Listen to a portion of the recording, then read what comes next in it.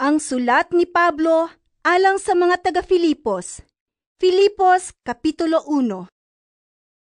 Gikan ni Pablo ug ni Timoteo, mga sulugoon ni Kristo Jesus, alang sa tibuok katawhan sa Dios sa Filipos, nga nahiusa kang Kristo Jesus.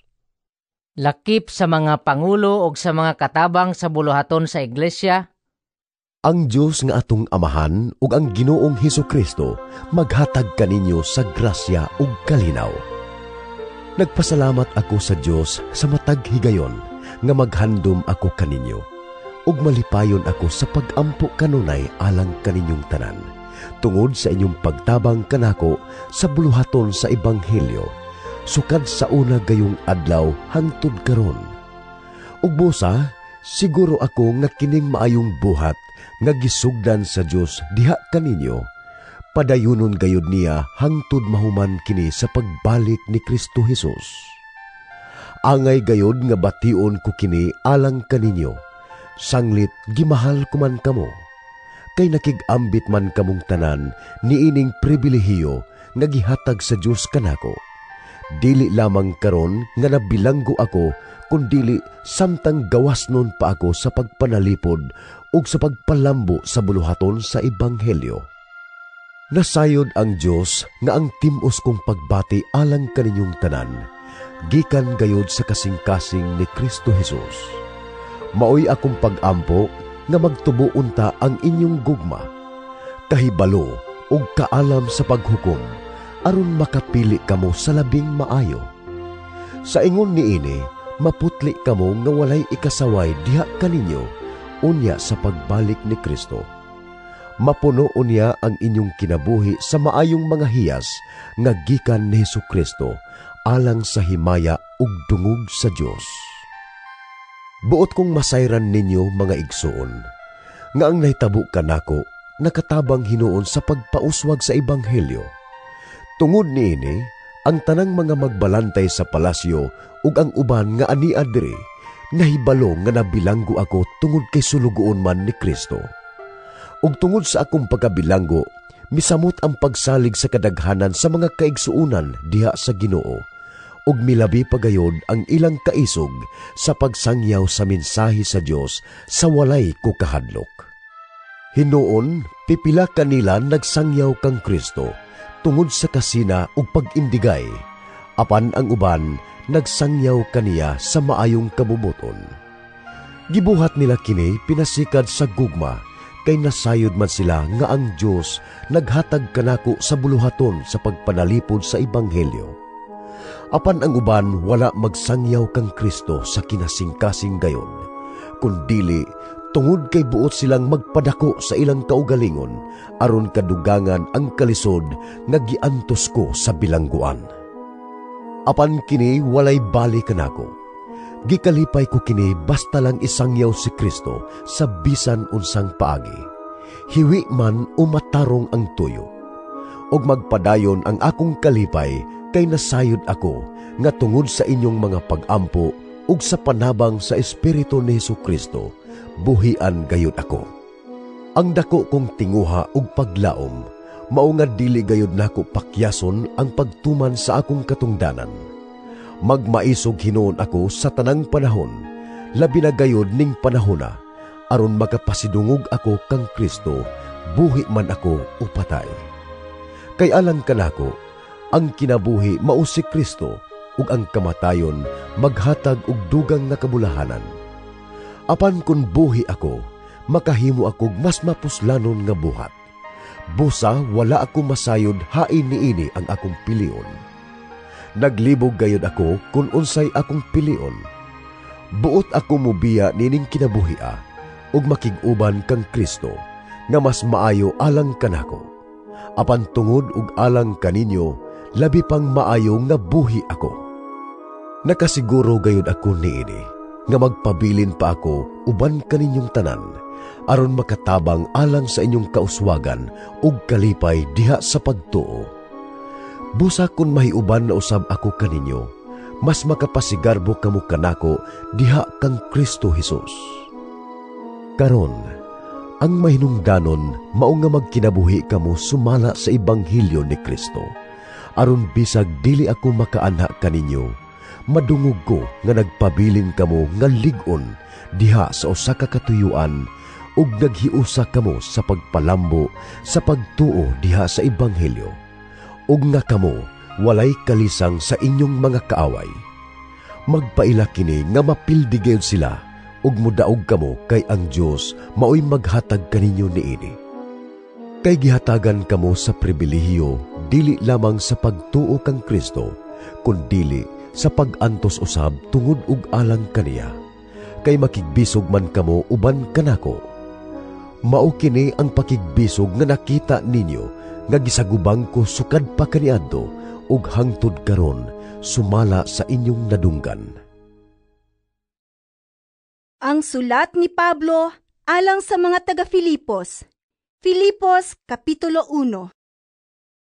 Gikan ni Pablo ug ni Timoteo, mga sulugoon ni Kristo Jesus, alang sa tibuok katawhan sa Dios sa Filipos, nga nahiusa kang Kristo Jesus.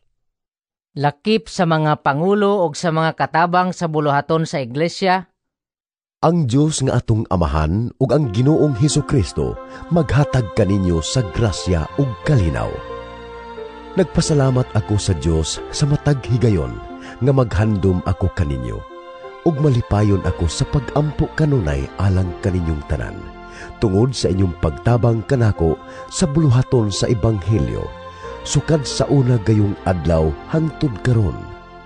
Ug busa, siguro ako nga kining maayong buhat nga gisugdan sa Dios diha kaninyo, padayunon gayud niya hangtod mahuman kini sa pagbalik ni Kristo Jesus.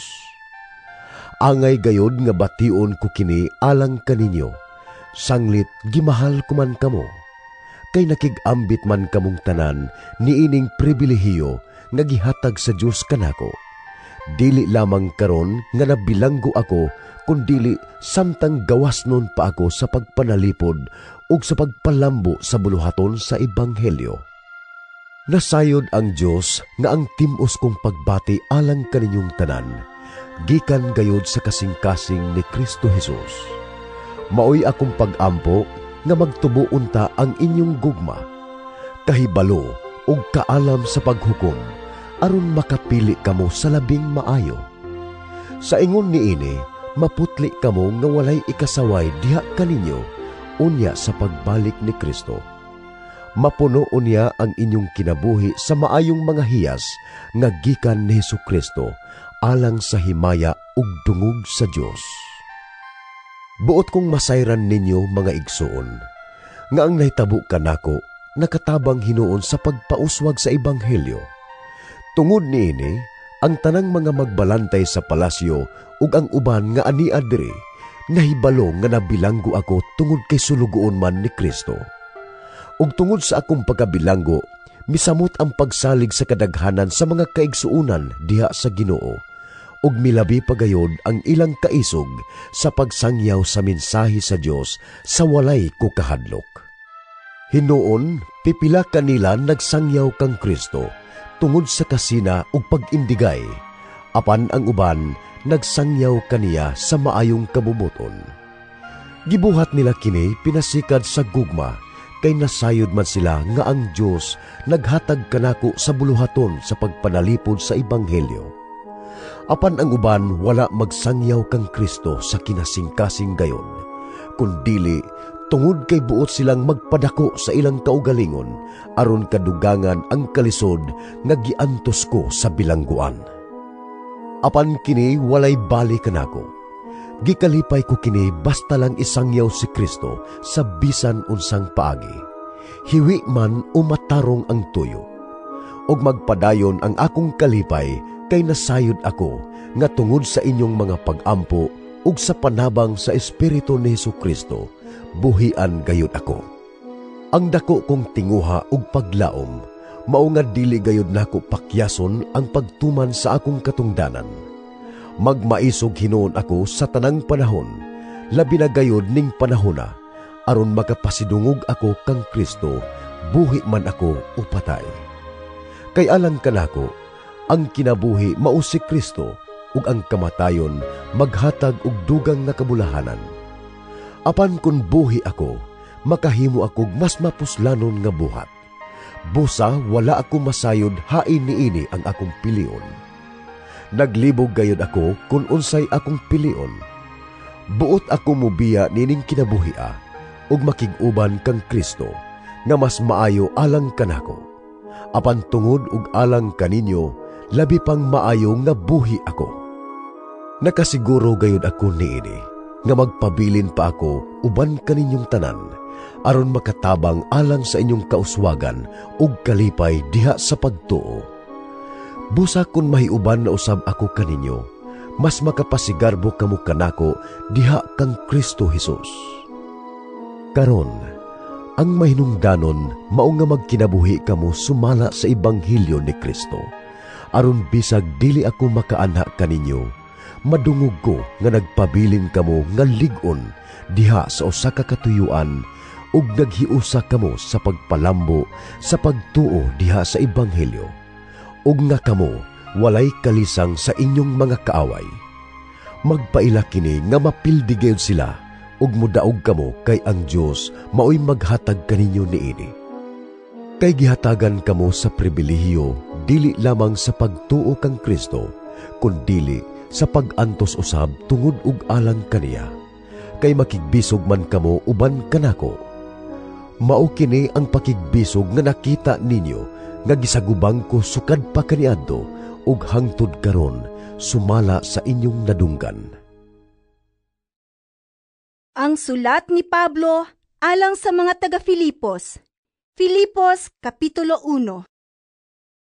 Gikan ni Pablo ug ni Timoteo, mga sulugoon ni Kristo Jesus, alang sa tibuok katawhan sa Dios sa Filipos, nga nahiusa kang Kristo Jesus. Lakip sa mga pangulo ug sa mga katabang sa buluhaton sa iglesia. Ang Dios nga atong Amahan ug ang Ginoong Hesukristo maghatag kaninyo sa grasya ug kalinaw. Nagpasalamat ako sa Dios sa matag higayon nga maghandom ako kaninyo ug malipayon ako sa pag-ampo kanunay alang kaninyong tanan, tungod sa inyong pagtabang kanako sa buluhaton sa ebanghelyo, sukad sa una gayong adlaw hangtod karon. Ug busa, siguro ako nga kining maayong buhat nga gisugdan sa Dios diha kaninyo, padayunon gayud niya hangtod mahuman kini sa pagbalik ni Kristo Jesus. Angay gayud nga bation ko kini alang kaninyo, sanglit gimahal ko man kamo, kay nakig-ambit man kamong tanan niining pribilehiyo nga gihatag sa Dios kanako. Dili lamang karon nga nabilanggo ako, kundili samtang gawasnon pa ako sa pagpanalipod ug sa pagpalambo sa buluhaton sa ebanghelyo. Nasayod ang Dios nga ang tim-os kong pagbati alang kaninyong tanan, gikan gayud sa kasing-kasing ni Kristo Jesus. Maoy akong pag-ampo nga magtubo unta ang inyong gugma, kahibalo ug kaalam sa paghukom, aron makapili kamo sa labing maayo. Sa ingon niini, maputli kamo nga walay ikasaway diha kaninyo unya sa pagbalik ni Kristo. Mapuno unya ang inyong kinabuhi sa maayong mga hiyas nga gikan ni Hesukristo alang sa himaya ug dungog sa Dios. Buot kong masayran ninyo mga igsoon, nga ang nahitabo kanako nakatabang hinuon sa pagpauswag sa ebanghelyo. Tungod niini, ang tanang mga magbalantay sa palasyo ug ang uban nga ani adiri, nahibalo nga nabilanggo ako tungod kay sulugoon man ni Kristo. Ug tungod sa akong pagkabilanggo, misamot ang pagsalig sa kadaghanan sa mga kaigsuunan diha sa Ginoo, ug milabi pagayod ang ilang kaisog sa pagsangyaw sa mensahe sa Dios sa walay kukahadlok. Hinuon, pipila kanila nagsangyaw kang Kristo tungod sa kasina ug pag-indigay, apan ang uban nagsangyaw kaniya sa maayong kabubuton. Gibuhat nila kini pinasikad sa gugma, kay nasayod man sila nga ang Dios naghatag kanako sa buluhaton sa pagpanalipod sa ebanghelyo. Apan ang uban wala magsangyaw kang Kristo sa kinasing-kasing gayon, kundili tungod kay buot silang magpadako sa ilang kaugalingon, aron kadugangan ang kalisod nga giantos ko sa bilangguan. Apan kini walay bali kanako. Gikalipay ko kini basta lang isangyaw si Kristo sa bisan unsang paagi. Hiwi man o matarong ang tuyo. Og magpadayon ang akong kalipay kay nasayod ako nga tungod sa inyong mga pag-ampo ug sa panabang sa Espiritu ni Jesucristo, buhian gayud ako. Ang dako kong tinguha ug paglaom, mao nga dili gayud nako pakyason ang pagtuman sa akong katungdanan. Magmaisog hinuon ako sa tanang panahon, labi na gayud ning panahona, aron makapasidungog ako kang Kristo, buhi man ako o patay. Kay alang kanako, ang kinabuhi mao si Kristo, ug ang kamatayon maghatag og dugang nga kabulahanan. Apan kun buhi ako, makahimo ako mas mapuslanon nga buhat. Busa wala ako masayod hain niini ang akong pilion. Naglibog gayud ako kun unsay akong pilion. Buot ako mubiya nining kinabuhia ug makig-uban kang Kristo nga mas maayo alang kanako. Apan tungod ug alang kaninyo, labi pang maayo nga buhi ako. Nakasiguro gayud ako niini nga magpabilin pa ako uban kaninyong tanan, aron makatabang alang sa inyong kauswagan ug kalipay diha sa pagtuo. Busa kun mahiuban na usab ako kaninyo, mas makapasigarbo kamo kanako diha kang Kristo Jesus. Karon, ang mahinungdanon mao nga magkinabuhi kamo sumala sa ebanghelyo ni Kristo, aron bisag dili ako makaanha kaninyo, madungog ko nga nagpabilin kamo nga lig-on diha sa usa ka katuyuan ug naghiusa kamo sa pagpalambo sa pagtuo diha sa ebanghelyo, ug nga kamo walay kalisang sa inyong mga kaaway. Magpaila kini nga mapildi gayud sila ug mudaog kamo kay ang Dios maoy maghatag kaninyo niini.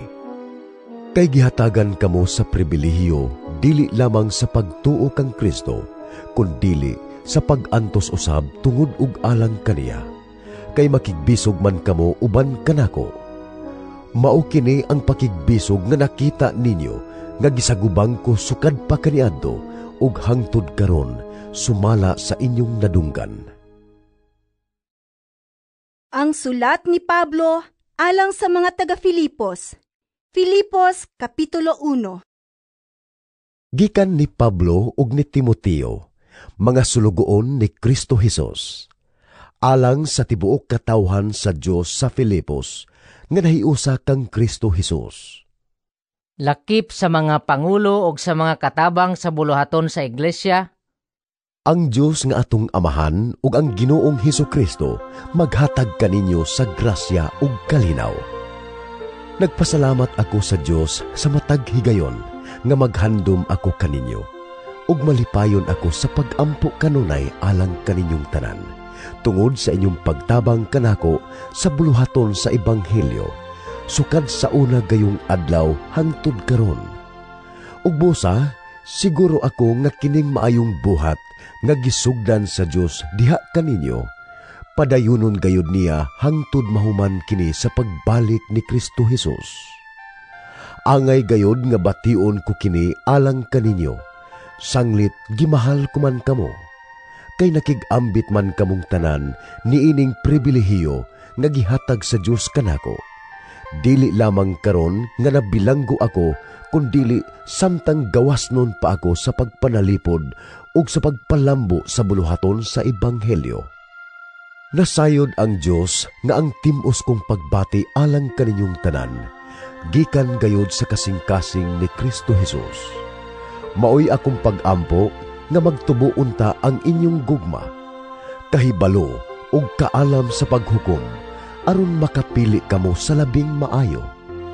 Sa ingon niini, maputli kamo nga walay ikasaway diha kaninyo unya sa pagbalik ni Kristo. Mapuno unya ang inyong kinabuhi sa maayong mga hiyas nga gikan ni Jesucristo alang sa himaya ug dungog sa Dios. Buot kong masayran ninyo mga igsoon, nga ang nahitabo kanako nakatabang hinuon sa pagpauswag sa ebanghelyo. Tungod niini, ang tanang mga magbalantay sa palasyo ug ang uban nga ania diri, nahibalo nga nabilanggo ako tungod kay sulugoon man ni Kristo. Ug tungod sa akong pagkabilanggo, misamot ang pagsalig sa kadaghanan sa mga kaigsuunan diha sa Ginoo, ug milabi pagayod ang ilang kaisog sa pagsangyaw sa mensahe sa Dios sa walay ko kahadlok. Hinuon, pipila kanila nagsangyaw kang Kristo tungod sa kasina ug pag-indigay, apan ang uban nagsangyaw kaniya sa maayong kabubuton. Gibuhat nila kini pinasikad sa gugma, kay nasayod man sila nga ang Dios naghatag kanako sa buluhaton sa pagpanalipod sa Ebanghelyo. Apan ang uban wala magsangyaw kang Kristo sa kinasingkasing gayon, kundili tungod kay buot silang magpadako sa ilang kaugalingon aron kadugangan ang kalisod nga giantos ko sa bilangguan. Apan kini walay bali kanako. Gikalipay ko kini basta lang isangyaw si Kristo sa bisan unsang paagi. Hiwi man o matarong ang tuyo. Og magpadayon ang akong kalipay kay nasayod ako nga tungod sa inyong mga pag-ampo ug sa panabang sa Espiritu ni Jesucristo, buhian gayud ako. Ang dako kong tinguha ug paglaom, mao nga dili gayud nako pakyason ang pagtuman sa akong katungdanan. Magmaisog hinuon ako sa tanang panahon, labi na gayud ning panahona, aron makapasidungog ako kang Kristo, buhi man ako o patay. Kay alang kanako, ang kinabuhi mao si Kristo, ug ang kamatayon maghatag og dugang nga kabulahanan. Apan kun buhi ako, makahimo ako mas mapuslanon nga buhat. Busa wala ako masayod hain niini ang akong pilion. Naglibog gayud ako kung unsay akong pilion. Buot ako mubiya nining kinabuhia ug makig-uban kang Kristo nga mas maayo alang kanako. Apan tungod ug alang kaninyo, labi pang maayo nga buhi ako. Nakasiguro gayud ako niini nga magpabilin pa ako uban kaninyong tanan aron makatabang alang sa inyong kauswagan ug kalipay diha sa pagtuo. Busa kun mahiuban na usab ako kaninyo, mas makapasigarbo kamo kanako diha kang Kristo Jesus. Karon, ang mahinungdanon mao nga magkinabuhi kamo sumala sa Ebanghelyo ni Kristo, aron bisag dili ako makaanha kaninyo, madungog ko nga nagpabilin kamo nga lig-on diha sa usa ka katuyuan ug naghiusa kamo sa pagpalambo sa pagtuo diha sa Ebanghelyo, ug nga kamo walay kalisang sa inyong mga kaaway. Magpaila kini nga mapildi gayud sila ug mudaog kamo kay ang Dios maoy maghatag kaninyo niini. Kay gihatagan kamo sa pribilehiyo dili lamang sa pagtuo kang Kristo, kundi sa pag-antos usab tungod ug alang kaniya. Kay makigbisog man kamo uban kanako. Mao kini ang pakigbisog nga nakita ninyo nga gisagubang ko sukad pa kaniadto ug hangtod karon sumala sa inyong nadunggan.